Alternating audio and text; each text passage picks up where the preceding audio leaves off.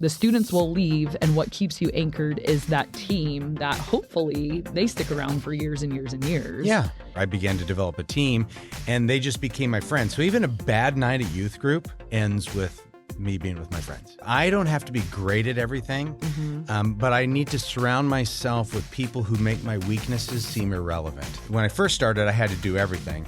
But now I've started like, hey, I'm not very good at this, I'm not very good at that, and I find other people to do it. The longer you're in a place, the more you get to do what you're really good at. Hey everyone, welcome to the Ministry Coach Podcast. We have a super special episode for you this week.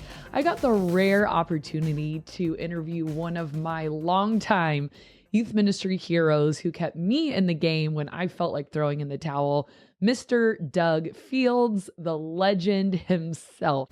When I was about 19 and a youth pastor and didn't know what in the world I was doing, I remember reading Purpose-Driven Youth Ministry by Doug Fields, and just my mind was blown. And I still have so many of those practices he talked about in his book. I'm still doing those today.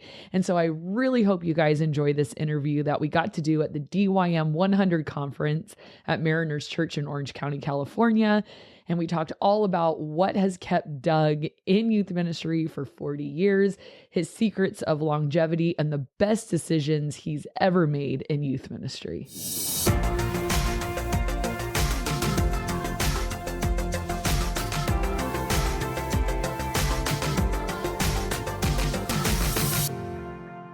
Welcome to the Ministry Coach Podcast, where we bring you weekly tips and tactics to help you fast track the growth and health of your youth ministry. And if you're wondering where Jeff is, he's here. You just can't see him. And today we have a special guest that I'm so excited about. Doug Fields, to me, needs no introduction, because if you would have told me in my first 5 years of youth ministry that someday I'd be sitting next to Doug and getting to interview you, I think I would have peed my pants. I would have been so excited. And today we're at the DYM100 conference in Orange County, and we get a few short minutes with Doug to talk about, it's hard to even whatever you want. Quantify whatever it. you want. Let's talk about anything. You tell me. Okay, well, first we'll start with, we have a small audience here, and they wanted to know, Doug, what's in the cup? Well, this cup right now is water. Water. What is usually in the cup? Diet Coke is usually in the cup. That was my guess. Yeah, right after this, you're going to go teach a workshop, which thank you for doing that. And I'm going to go to Del Taco.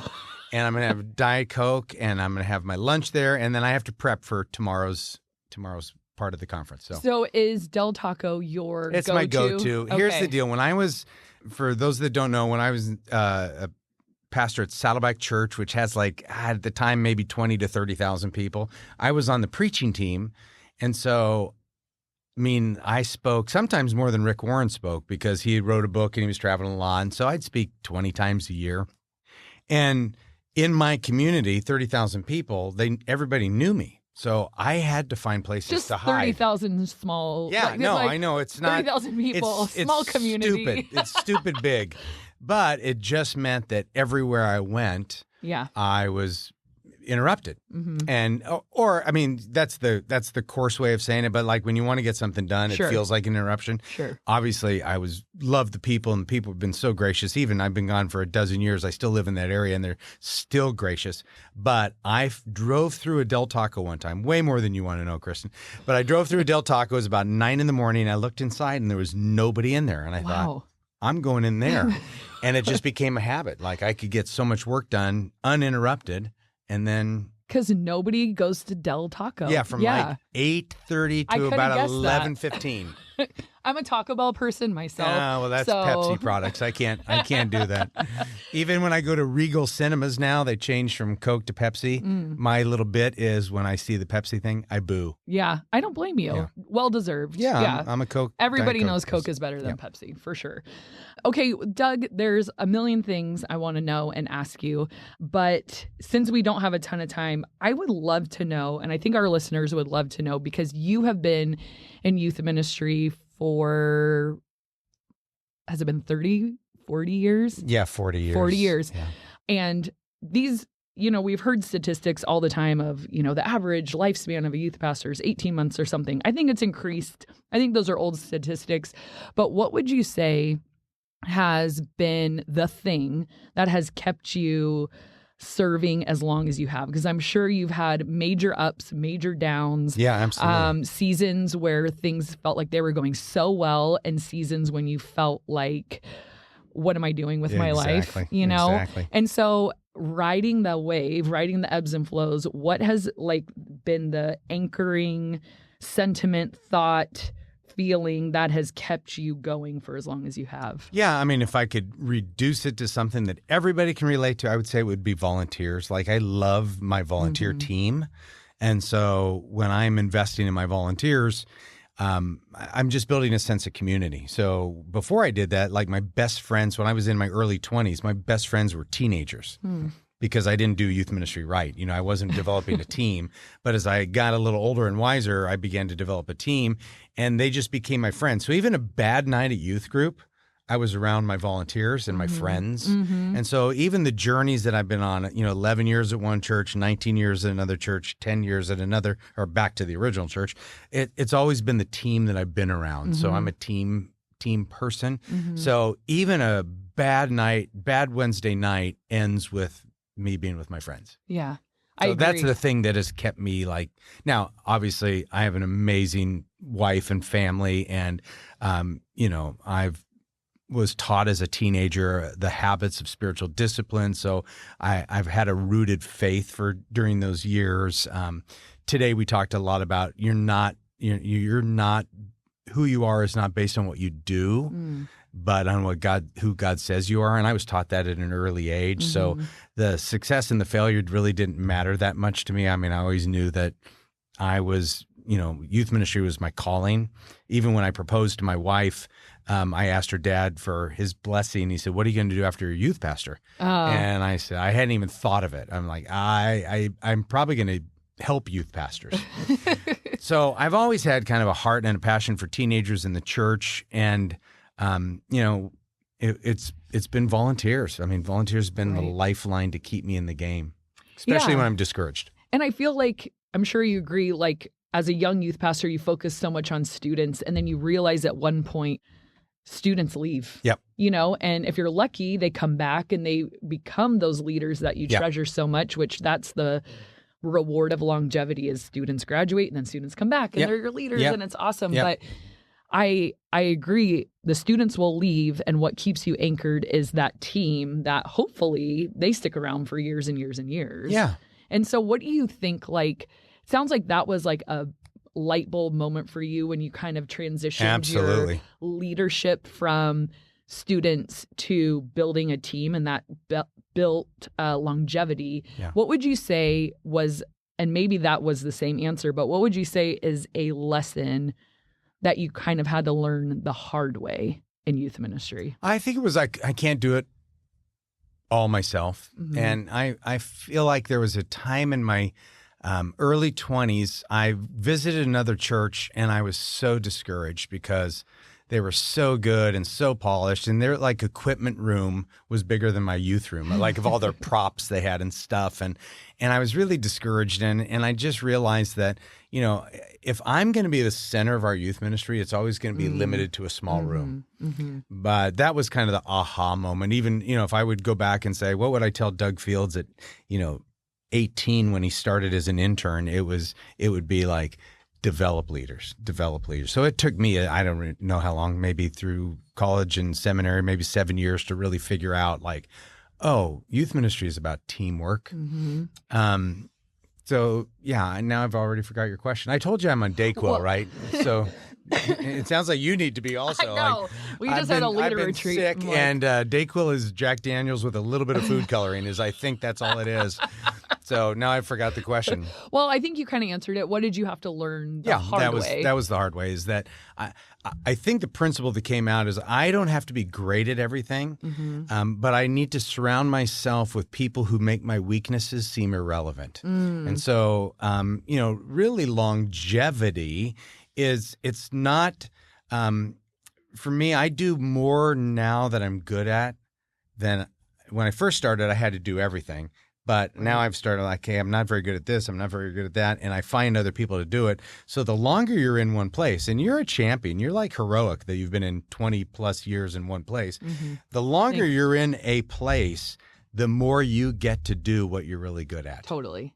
Yeah, I think that I like how you said you used to do everything. Yeah. And I think that's the hard thing of a newer youth pastor is they don't have the resources, but that motivation to stay in longer. It's like people eventually come and opportunities eventually come. I mean, I used to be on the stage like saying this, and then I run back and push play on this video, and now I'm running over here and I'm reffing this game and, going all over the place.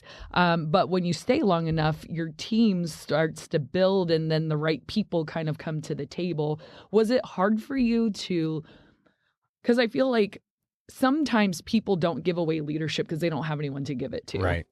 Other times people don't give away. I know where you're going. Yeah, you're right. Leadership because they don't want to. They hold it like they feel like they need to be that person. Yeah, sure. And it's very tied to their ego, and it's very tied to their sense of purpose. Was it difficult for you to like hold your ministry with an open hand, or was it just in the beginning like, I don't have anyone, I have no one to give it to, or did you have to kind of put some of yourself aside to platform others? Yes, that's exactly what I had to do. And because I like doing all the stuff. I mean, everything you described, from roughing the game to running the game to speaking to sound. I mean, I liked all of that stuff. I mean, that was all fun. And when you're starting doing it yourself, you become good at all of those things. So even when you allow somebody to do announcements, and back in your mind, you're like, you're not very good at this. Like, right? I mean, students don't like announcements anyway, but I'm way better at announcements. So you really have to, I've developed a term that I call a spotlight leader. Like, I want to be a spotlight leader, and that's putting the spotlight on other people,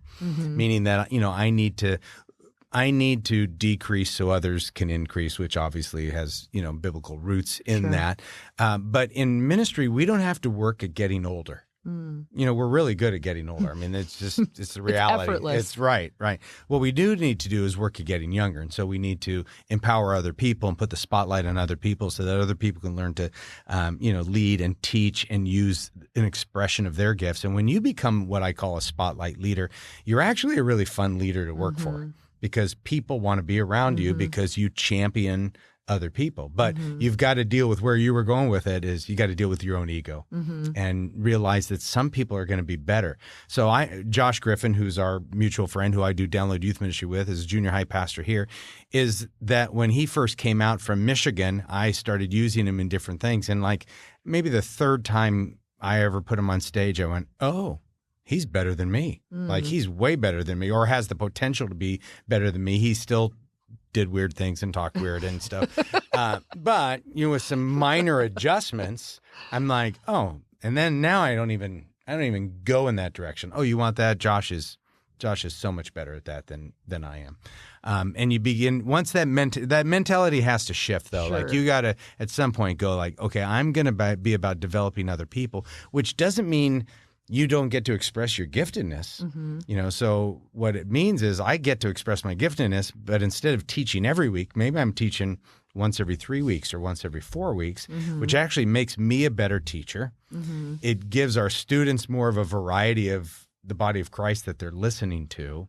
But it does take a heart and a mind shift to say, I don't have to be all things to all people. Right.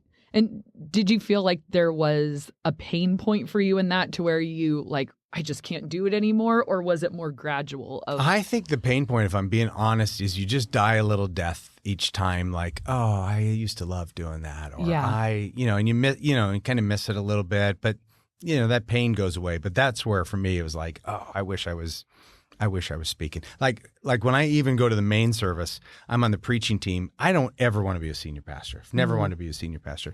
But Christmas and Easter, I sit there with, why? Because they're bigger crowds. Yeah. If anybody likes crowds, it's speakers, right? Yeah. And so I'm like, those are the times where I sit there, I'm like, I wish I was a senior pastor. But it only happens twice a year.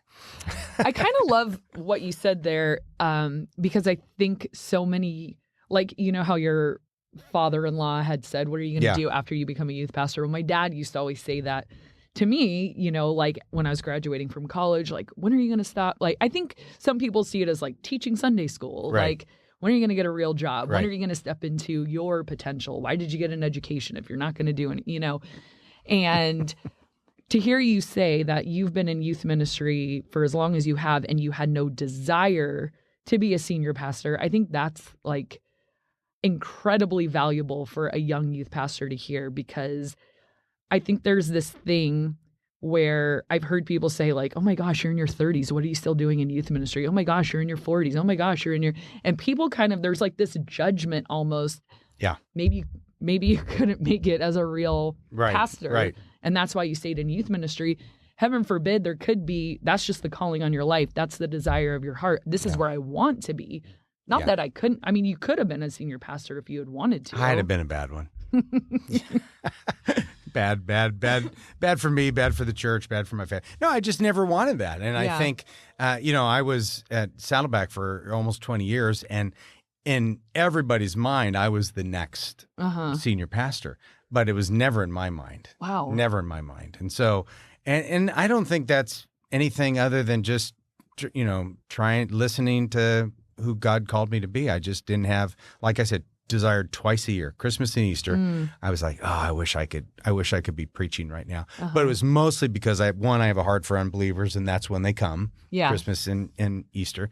And, the only person that likes a crowd is a speaker. Yeah. Yeah. Everybody else doesn't like a crowd, but a speaker likes a crowd. And so, yes, they always say people like it small, leaders like it big. Yeah. They want to see the crowds and the people, but the people actually attending our youth groups, our churches, our small groups, they want it to feel small. They want to feel known, Yeah. So that makes a ton of sense. And I just think that's a huge encouragement piece, though, that can be a desire. Like, I'm in it, like, and that's how I see myself. I told our senior pastor, Chris Brown, I'm like, I assume I'm going to retire and die in my office chair, like this is where I'm going to be. Yeah. And I think young youth pastors need to hear that this can be absolutely where you absolutely. But to your point, it's not valued. Yeah. In the church culture. So you have to find your value somewhere else outside of that. So, even at some of the churches that I've worked at that had a lot of resources, I was paid as the youth pastor. There was people younger than me that were in different positions that were paid more because they had a non-youth position. Yeah. Isn't that funny? Yeah. Of just the way that it's viewed or valued, in different churches and organizations. Yeah. And so as a leader, if you're finding your value in what you do, and how you're perceived or who you're trying to impress, you're going to be discouraged. Yeah. But if you find your value in what you feel called to do, then, doesn't matter. I remember talking to a youth pastor who was a friend, and he said he wanted to transition to being a senior pastor because he didn't care what 12-year-olds thought about him anymore. And I just thought that is such an interesting perspective that, like, I'm growing out of their opinion. And I don't go to work every day like, I hope the 12-year-olds think I'm cool. Right.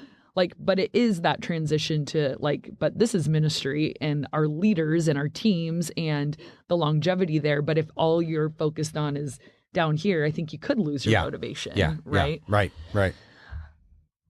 Okay. Well, I just got our time signal. We kind of put you in a bad spot. So just so you know, we told Kristen we'd have an hour, and then everything started running late, and now she has to teach in just a little bit. And so but I feel like we really made the most of our time. This is me not wanting to be here, or this is not me not wanting to be here. Right. I'm happy. I would talk forever. Well, can I ask you one question as we exit? Yeah. I feel like I always learn a lot about people when I ask them, okay, what is the best decision you ever made in youth ministry? In youth ministry? I think one of the best decisions, before you said youth ministry, I was going to say getting married to Kathy. That was the best decision. But then it triggered a thought. I had a decision. Kathy, I used to say to her, if you stop volunteering, I'm gonna leave youth ministry. And I was trying to do it as a value statement to her. Like, you're so fun to do ministry with, and the girls love you, and you're amazing, and I like your support there. And I was trying to really value her. So like, when you quit, I quit. Well, in the back of her mind, she's like, I'm not going to be the one that takes down Doug Fields. And then it hit me is that I think I made a decision. I'm like, wait, I want my wife's enjoyment rather than my wife's ministry here. So I was trying to hang on to her being in ministry together. And she was, we had kids and they were little, and she was trying to find her spot, and she had her own youth ministry with her own kids. And I made a decision that I was like, I just need to release that and not put that pressure on her. Yeah. And then, she had a season like of 4 or 5 years off and then came back. And she was a better youth worker than I ever was, really. Like back in the day, I don't know if you remember this, but we used to have phones hanging on our wall. And totally remember cords that. and the whole With an bit. answering machine. Yes. Your Well, messages. even before answering machines, that was revolutionary. But, kids used to call the house and they'd be like crying, Doug, is Kathy there? And I'm like, well, is this Julie? Are you okay? Is Kathy there? And I'd be like, yeah. And then talk to Kathy, and, Kathy's like ministering to this girl, and I'm pacing in the kitchen going like, I'm the youth pastor. And like, she should want to talk to me, And then the kids that called that wanted to talk to me were like, what time is Friday night? And how much money are we supposed to bring? I can do ministry too. That's right. I can care for you too. That's exactly right. So that was a weird answer, but when you said what's the best decision, my mind went to my wife, because we've been married almost 40 years and she's amazing. I love that. And she's been such a significant part of our ministry. But I had to kind of release that idea of us being a 1-2 combo forever. I know. And that was good. It was good for her. And that's what ultimately is, I want her empowerment, not my selfishness. So yeah, it's funny, when I asked that question to our senior pastor, Chris, he said the same thing. Oh, really? I said, what was the best decision you made in youth ministry? He said, we're marrying my wife, Amy, because she was so supportive of his ministry. He goes, the youth ministry life isn't for everybody. Kids calling your house, kids coming over, kids crashing on the couch, being called out, and sometimes the schedule's so unpredictable. So somebody that can be in there with you. But then, like, I can relate with that. Jeff used to be one of my volunteers, and that was like the coolest time in ministry. Yep. And then we had kids, and then he can't. Yep. It's just different now. Yep. He doesn't come to youth group anymore. And I miss that so much, because they loved him. Absolutely. And then you see that part of your spouse, you're like, we're doing this together. Like, there's something so cool about getting to do ministry with your spouse. But at the same time, the church hires us, not our spouses. That's right. And so there's no requirement on them. I would never want a young youth pastor to think, oh, my spouse has to do ministry with me. But it is a really cool time in your marriage or your dating relationship to get absolutely. to do it together. Well, that'd be a fun thing to talk about sometime. Yeah. I don't really do podcasts. You don't. You're not doing this right now. You're not even here. We're just talking youth ministry. This is AI Doug, but he's really a Del Taco. That's right. Now, Having a Diet Coke. That's what I should do, is I should just create an AI and do podcasts for me. Be perfect. No, what a treat. What a treat. Well, and I'm a thank you. big fan of yours and your ministry, and anybody that has stayed at their church, I'm serious, 20 years or more is heroic. So there's very few people in the youth ministry space that they're heroes. And if you've been there more than 20 years, you're in that spot. So thank you for what you're doing. We're in the club too, I guess. There you go. Right? It's been fun. Well, thanks, Doug. Thank you guys so much for watching and listening, and we'll see you next time. And the live audience went crazy. I know. I was like, I gotta get a quick little video.